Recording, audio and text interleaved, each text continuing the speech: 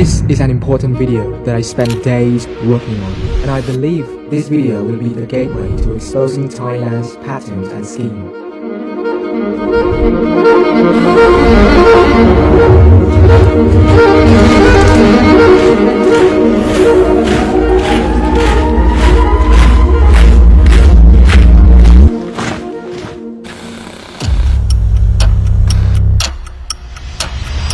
You see, this is why I love data. Because with data, we have patterns, and we can study this pattern to essentially tell a truth in a conflict. And so in this chapter 2, I want to go through all the data of the past, essentially historical data, to show you why Thailand's only solution, by the way, let me repeat, Thailand's only solution in this conflict, which is bilateral diplomacy, will not work, and why it doesn't make sense.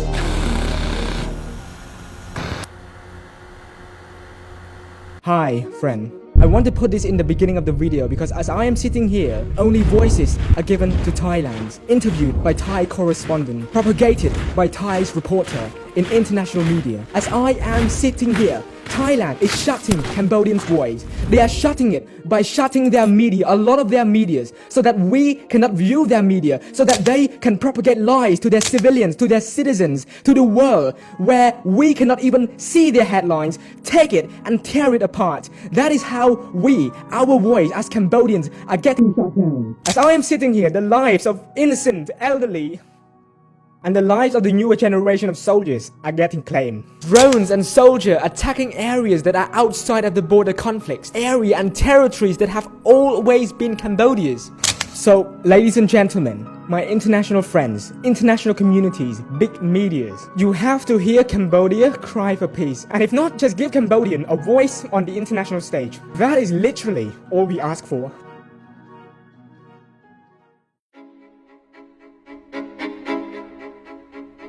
To understand these border issues, we need to first look at the historical data dating back to the fall of the Khmer empires. Based on maps and historian, the Khmer empires didn't just collapse overnight, it is a gradual fall. And this 1200 world map shows exactly that. Here's the Khmer empires in 1200, and here is the Khmer empire in the 1400.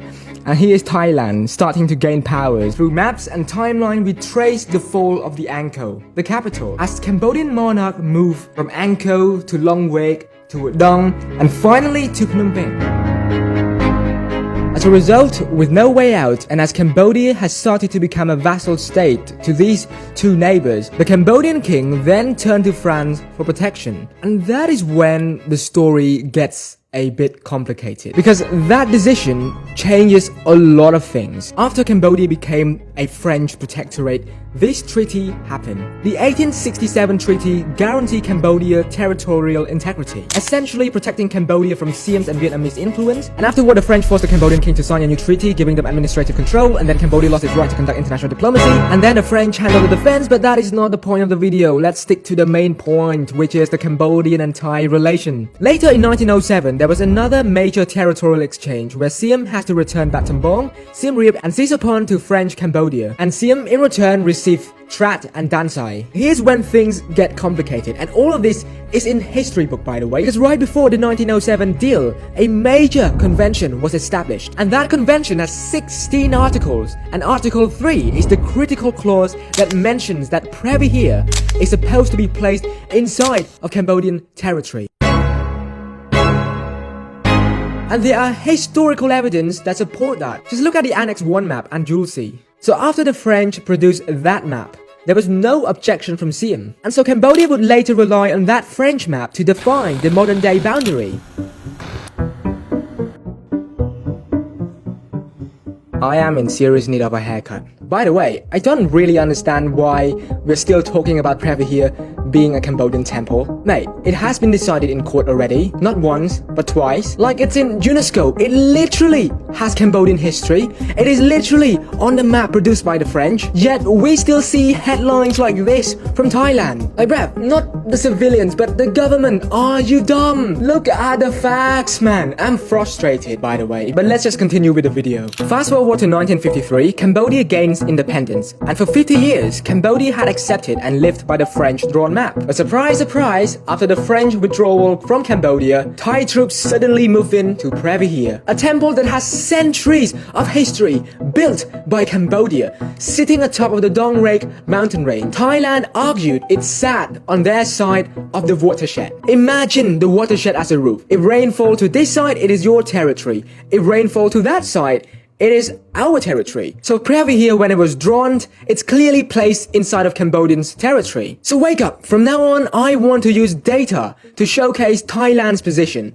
Let me call it Thailand's blueprint to conflict, to this border dispute with Cambodia. And the blueprint that I always use is bilateral diplomacy, which will creep you out, I guarantee that. Okay, from data we can see that in the late 50s, Thailand escalated tension right after Cambodia gained independence. Which, by the way, imagine doing that to your neighbor when he just gained independence from French. Absolute horrendous behavior. So they attacked Cambodia, and Cambodia went to the International Court of Justice, just like anyone would do. If someone attacked you, you would go to the police. But guess what? Thailand, more than 70 years ago, say that, no, don't get involved. I want to do bilateral diplomacy.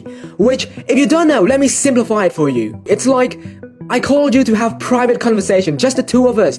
That alone already sounds sketchy. Why do we have to create word like bilateral diplomacy? It doesn't make sense. It's like this. Hey Cambodia, I just attack you. Let's have a private conversation to sort it out. It ain't gonna work. It sounds sketchy, it is suspicious, and I will tell you why even more. So this is important because the claim Thai is making now is that the ICJ is biased. Surprise, surprise, you are biased, we don't want you. But then why didn't they go to the ICJ in the 1960s, before the court ruled Previhere to Cambodia? Is it because they were also biased? But the court hasn't ruled anything in Cambodians' favor. You gotta think for yourself, mate. Because Thai government, your story ain't adding up. And let's continue analyzing the data. From 2008 and 2011, Thai troop enters area near Previhere.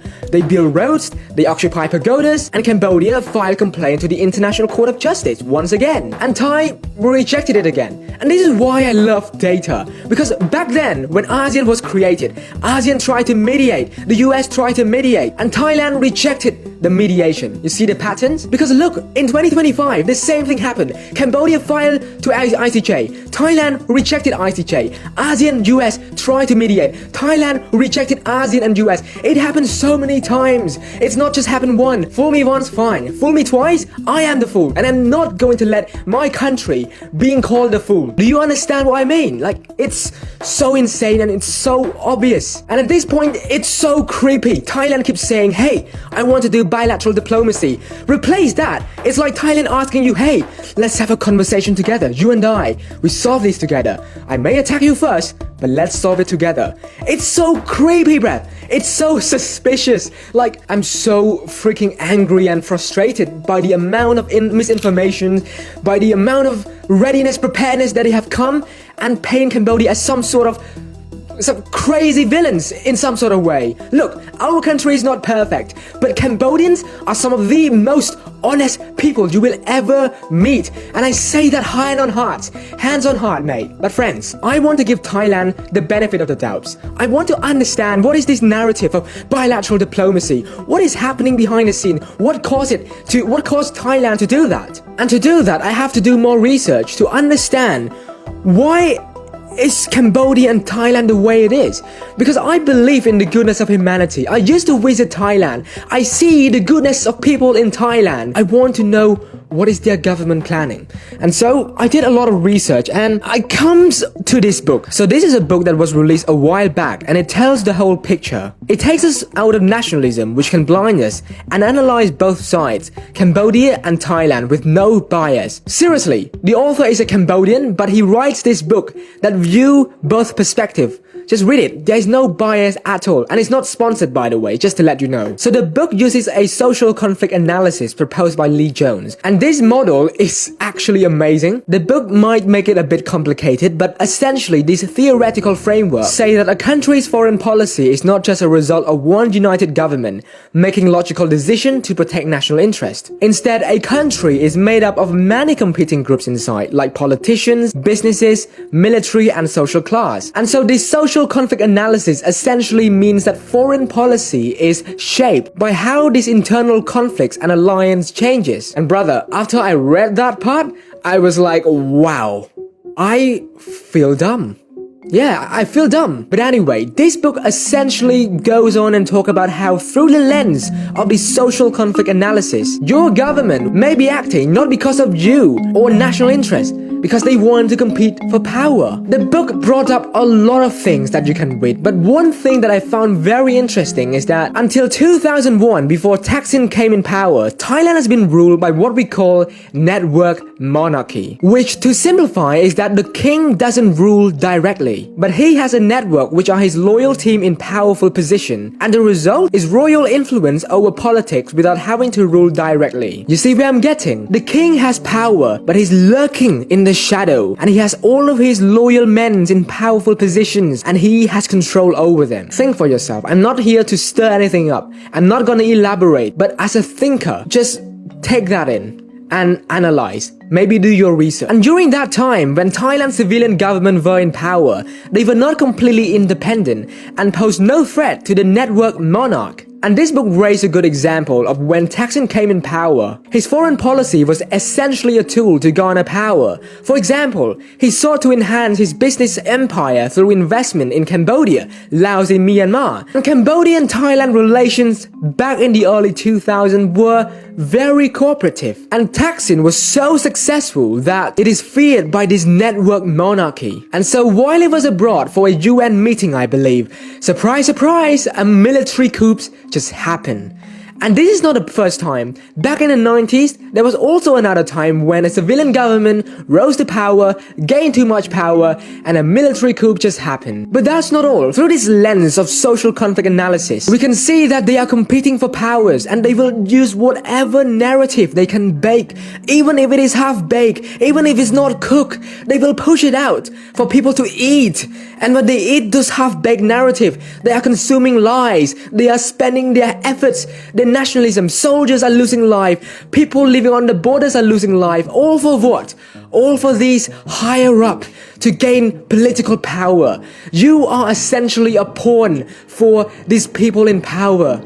And it just hurts me, especially for my nation's civilians who are innocent and who are being painted as these villains. And if we look at pattern, in 2008, the Parliamentary of Thai appointed a military-supported PM. And then in 2011 to 2014, and then lost its power because of another coup. And you can see the pattern now, right? And then from 2014 to 2019, Thailand was led by another military government. And from 2019 to present, almost present, Thailand has been led by civilian government. And then Cambodia and Thai enjoy good diplomatic relations. We nearly had a happy ending, but no, the people in power, this network monarchy, they say no. I want the power. You are growing too much. Let me give these people this half-baked narrative. Let me cook. But it's not cooking. Just looking at all of these narrative. Is it a coincidence? No, it's not a coincidence. It is a pattern. And that is why I love data, especially historical data. And for this point onward, I don't want to go too deep and make it a conspiracy, but you can look at the patterns, you can look at the data. This idea of bilateral diplomacy is just a smokescreen for something much more sinister. But I urge future generations and international community to investigate the things that Thais are propagating.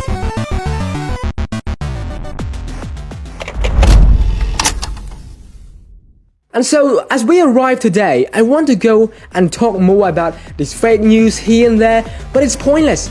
I want to make this video to show you, hopefully, future Thai citizens, when this kind of conflict happen again, I hope you can understand these patterns that your government has had, that you have to question the narrative that you are being fed to.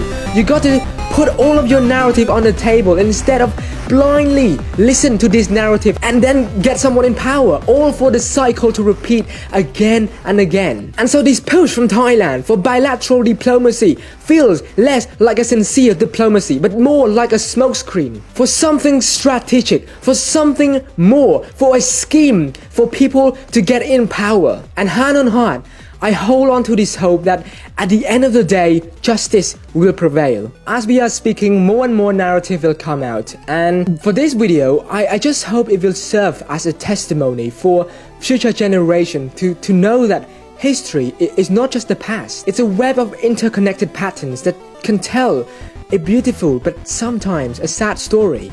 And for a lot of Cambodians, my fellow Cambodians, I'm very thankful for the support. It's very unexpected.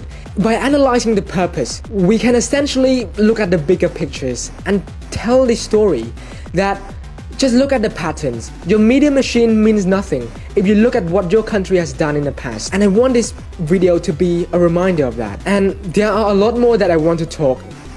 Yeah, essentially, I hope this video served that purpose. And I want to end this video on a brighter note. And that is, there is a saying in the past that history is written by the victors. And in this conflict, I realized something, that the truth is often told by those with the louder voice. With how big Thailand's media is, we can see that. However, every religion in its own way teaches us this concept, and that is truth walks slowly, but it never loses its way. And with that said, thank you so much to the Cambodian people. Thank you so much to all the foreigners who have supported Cambodia and for giving the voice to Cambodians. With that being said, I will see you all in the next video. Hopefully a tech video. Goodbye. It's early morning, and in my entire life, I've never thought I would wake up to literal death threats. It must mean I'm doing something right. Roll like fungus, manifest in my head, I write in my hands. That was a Vanda reference, by the way, and Vanda is Cambodia.